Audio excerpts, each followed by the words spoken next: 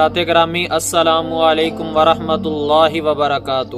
آج ہمارا عنوان ہے کہ آیا کہ ووٹ کی شرعی حیثیت کیا ہے۔ ووٹ جو ہے وہ 3 طرح کا ہوتا ہے۔ پہلے نمبر پر ہوتا ہے شہادت، کہ کسی کے حق میں آپ لوگ شہادت دے رہے ہیں۔ اب شہادت ایک سچے آدمی کے لیے ہوتی ہے اور ایک جھوٹے آدمی کے لیے ہوتی ہے۔ اگر سچے آدمی کے لیے سچی گواہی دیں گے تو وہ باعث ثواب ہے، اگر برے آدمی کے لیے شہادت جائے گی تو وہ باعث گناہ بن جائے گی۔ اور دوسرا جو ووٹ ہوتا ہے وہ ہوتا ہے سفارش، یعنی کہ کسی کے حق میں آپ لوگ سفارش دے رہے ہیں کہ یہ آدمی صحیح ہے۔ اب وہ آگے آپ کو معلوم ہوتا ہے کہ ہم سفارش اچھے آدمی کی کر رہے ہیں یا برے آدمی کی۔ اور جو تیسری شرعی حیثیت ہوتی ہے وہ ہوتی ہے کہ کسی کی مشترکہ وکالت کرنا۔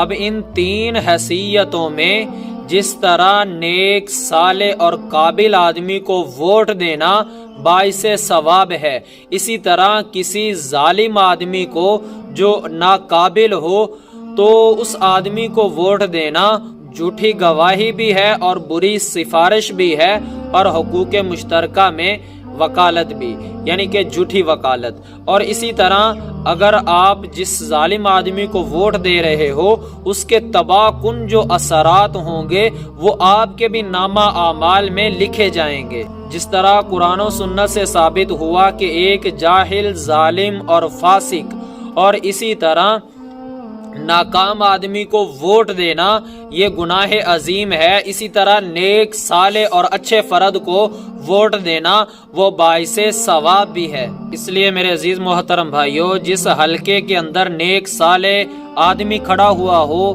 یعنی کہ سیٹ پر، اسے ووٹ دینے سے گریز کرنا یہ بھی شرعاً جرم ہے، اور اسی طرح پوری قوم و ملت سے ظلم کے مترادف ہے۔ اس کی وجہ یہ ہے کہ اللہ پاک قرآن پاک میں فرماتے ہیں قوامین للہ شہداء بالقسط، یعنی کہ انصاف کے ساتھ گواہی دیتے ہوئے اللہ کے حکم پر قائم ہو جاؤ۔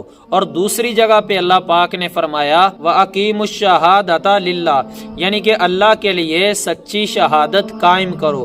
اس کے علاوہ بھی بہت ساری آیات ہیں جن کے اندر شہادت کا حکم آیا ہے۔ اس لیے اگر آپ کے علاقے حلقے میں نیک آدمی ہے تو اس کے حق میں شہادت دو، اور وہ شہادت ووٹ کے ذریعے دی جاتی ہے۔ تو خلاصہ یہ نکلا کہ انتخابات کے اندر ووٹ کی جو شرعی حیثیت ہے وہ کم از کم ایک شہادت کی ہے، جس کا چھپانا بھی حرام ہے، اور اسی طرح اس پر معاوضہ لینا بھی حرام ہے، اور جھوٹ بولنا بھی حرام ہے۔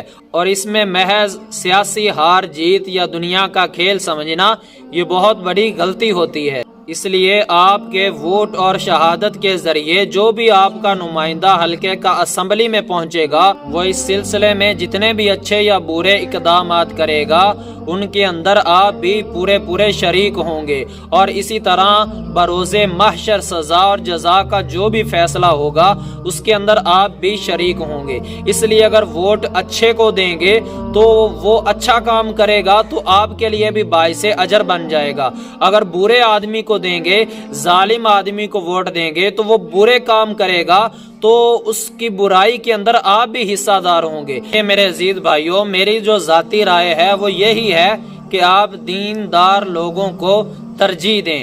جو سیاست چلتی آ رہی ہے خاندانوں کی، اگر تو وہ حق پر ہوتے ہوئے صحیح سیاست صحیح معنی میں کرتے ہیں پھر آپ ان کا حق دو، وگرنہ کم از کم جن علاقوں میں علماء ہوں یا اسی طرح دیندار طبقہ ہو جو آپ کو ان پر امید ہو کہ یہ اچھے کام کر سکتے ہیں تو کم از کم آپ ان کی نمائندگی ضرور کریں، تاکہ دیندار طبقہ آگے آئے گا تو آگے اسمبلیوں میں وہ اچھائی برائی کی بات کرے گا تو اس سے ہمیں بہت زیادہ فائدہ ہوگا۔ اس لیے ہماری عدالتوں میں یا اسی طرح اسمبلی میں اسلامی قوانین تو بالکل ہی نہیں ہے۔ اگر ہم دیندار طبقے کو آگے لے کے آئیں گے تو ایک تو ان کے اندر انصاف پسندی ہوگی، دوسرا یہ ہے کہ وقت کے ساتھ ساتھ وہ لوگ اسلامی جو قوانین ہیں، جو شریعت کے قوانین ہیں، وہ ضرور نافذ کریں گے۔ اس لیے یہ اب مجھ پر اور آپ پر منحصر ہے کہ ہم کن لوگوں کو آگے لے کے آ رہے ہیں۔ اس لیے میرے عزیز محترم بھائیوں، ووٹ ڈالنے سے پہلے سوچنا ضرور چاہیے۔ اللہ پاک ہمیں عمل کی توفیق عطا فرمائے۔